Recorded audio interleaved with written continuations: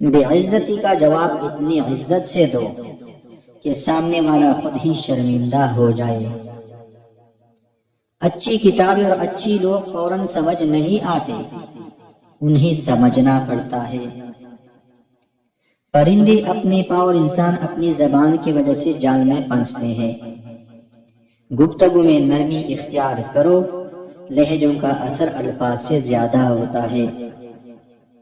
خوش ہونا ہو تو تعریف سن لیا کرے، اور اگر بہتر ہونا ہے تو تنقید سن لیا کرے۔ آنسوں کا جاری نہ ہونا دل کی سختی کی وجہ سے ہے۔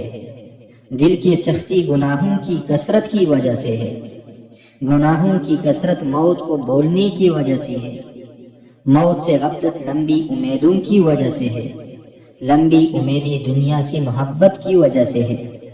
دنیا سے محبت ہر گناہ کی جڑ ہے۔